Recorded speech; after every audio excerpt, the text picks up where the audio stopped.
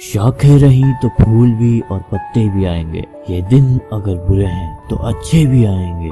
एक छोटी सी कहानी। एक बार एक अमीर व्यक्ति अपनी गाड़ी से उतरा, एयरपोर्ट में तेजी से गया क्योंकि उसकी फ्लाइट का टाइम हो रहा था, लेट हो रहा था। फ्लाइट जाकर के उस बंदे ने बोर्ड की। प्लेन ने जब टेक ऑफ किया तो इसने अपना लैपटॉप खोल लिया। ये बहुत खुश था, अपने टाइम पर पहुंच चुका था। इसे कॉन्फ्रेंस में जाना था, उसकी तैयारी करने लगा। इस व्यक्ति को वहां पर स्पीकर के तौर पर बुलाया गया था। इसे सुनने के लिए लोग आने वाले थे। बड़ा अमीर व्यक्ति था, इसकी जिंदगी में सब कुछ सही चल रहा था, लेकिन आसमान में गड़बड़ हो गई। तेज बारिश होने लगी, बिजली कड़कने लगी और फ्लाइट का जो कैप्टन था उसने अनाउंसमेंट किया कि अब हमें डेस्टिनेशन पर पहुंचने के लिए हमारे पास वक्त नहीं है, हमें आसपास के ही किसी एयरपोर्ट पर लैंड करना होगा। इस व्यक्ति को गुस्सा आने लगा। प्लेन को किसी आसपास के एयरपोर्ट पर लैंड किया। ये बाहर निकला, इन्होंने पूछा कि कौन सी जगह है। एयरलाइंस वालों पर गुस्सा करने लगा, उन पर भड़कने लगा, कहने लगा कि ये क्या तरीका है, मुझे वहाँ पर पहुँचना था, आपने टाइम पर नहीं पहुँचाया, ये है वो है। तभी एक व्यक्ति उनके पास आया और उसने बोला कि सर इतना गुस्सा मत कीजिए, मैंने आपको पहचान लिया है, आप डॉक्टर पटनायक है ना, आपको एक कॉन्फ्रेंस में जाना है, मुझे भी उसी कॉन्फ्रेंस में जाना था, आप परेशान मत होइए, आप इस एयरपोर्ट से बाहर निकलिए, एक कैब कर लीजिए और वो जगह जहाँ आपको पहुँचना है वो यहाँ से 3 घंटे की दूरी पर है। इन्होंने कहा भाई थैंक यू मुझे बताने के लिए। एयरपोर्ट से बाहर निकले, इन्होंने कार की। जो टैक्सी ड्राइवर था उससे बोले कि मुझे वक्त पर पहुंचा देना भाई, मैं पहले से ही बहुत लेट हो चुका हूँ। जो टैक्सी ड्राइवर था उसने कहा ठीक है सर पहुंचा देंगे आपको, कोशिश करेंगे, मौसम बिगड़ा हुआ है, तेज बारिश हो रही है, मैं पूरी कोशिश करूंगा। इस तेज बारिश में उस कार के ड्राइवर ने गाड़ी चलानी शुरू किया। थोड़ा वक्त हुआ, इतनी तेज बारिश हो रही थी कि वो कार का ड्राइवर रास्ता भटक गया। अब उसे पता चल गया कि वो रास्ता भटक गया है, लेकिन पीछे वाले पैसेंजर को जिनको लेकर वो आया है उनको कैसे बताए, तो उसने डरते डरते बता ही दिया। अभी फिर से उस पर गुस्सा होने लगे। फिर इन्हें समझ आया कि अब मैं कॉन्फ्रेंस में नहीं पहुंच पाऊंगा, तो इन्होंने उस ड्राइवर से कहा कि भाई मेरे अब मुझे जहां भी पहुंचा सकता है मुझे पहुंचा दे, इस मुसीबत से बाहर निकाल दे। थोड़ा आगे चले तो उस ड्राइवर ने आसपास जगहों में देखा तो उसे एक छोटा सा घर दिखाई दिया। उसने उस घर के वहां जाकर के अपनी गाड़ी खड़ी कर दी। उसने कहा साहब यहाँ रुक जाते हैं थोड़ी देर, जब बारिश रुक जाएगी, आंधी तूफान रुक जाएंगे तो हम यहाँ से चल देंगे। तो उन्होंने कहा ठीक है। उस छोटे से घर का दरवाजा था, इन भाई साहब ने जाकर के खटखटाया। अंदर से एक बूढ़ी अम्मा की आवाज आई। उन्होंने कहा कि जो भी अंदर आ जाए परेशान ना करे।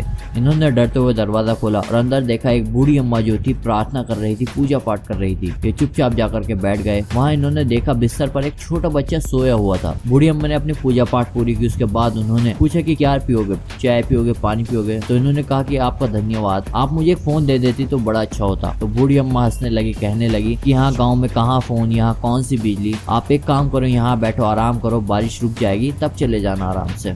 तो ये व्यक्ति जो था, इन्होंने कहा कि बड़ी अच्छी हैं आप, आपसे मुलाकात हो गई, ऊपर वाले का धन्यवाद। तो उस बूढ़ी अम्मा ने कहा कि ऊपर वाले का धन्यवाद तो मैं तब करूंगी जब मेरे पोते का इलाज करने वो डॉक्टर आएगा। तो इन्होंने कहा कि बात क्या है। तो बूढ़ी अम्मा ने बताया कि मेरा जो पोता है इसके माँ बाप नहीं है, इसका मैं ही सहारा हूँ और इसको एक खतरनाक बीमारी है। यहाँ आसपास के डॉक्टर बताते हैं कि दिल्ली के एक बड़े डॉक्टर हैं पटनायक, वो इसका इलाज कर सकते हैं। अब उनके पास मैं कैसे पहुंचूंगी मुझे नहीं पता, बस यही प्रार्थना ऊपर वाले से करती रहती हूँ। ये बात सुनने के बाद वो अमीर व्यक्ति इमोशनल हो गया और इन्होंने कहा कि अम्मा आपकी प्रार्थना, आपकी आवाज ऊपर वाले ने सुन ली है। मेरा प्लेन जहाँ पहुँचना था वहाँ नहीं पहुँचा, तेज बारिश होने लगी, तूफान आ गया, मेरी गाड़ी जहाँ पहुँचना था गाड़ी नहीं पहुँच पाई, रास्ता भटक गया और आपके दरवाजे पर आ गया। मैं ही डॉक्टर पटनायक हूँ। ये छोटी सी कहानी एक बार फिर वही बात बताती है कि तेरे दर पर आने से पहले मैं बड़ा कमजोर होता हूँ, मगर तेरी दहलीज को छूते ही मैं कुछ और होता हूँ। खुद पर भरोसा और ऊपर वाले पर भरोसा हो तो जिंदगी में कुछ भी इम्पॉसिबल नहीं है।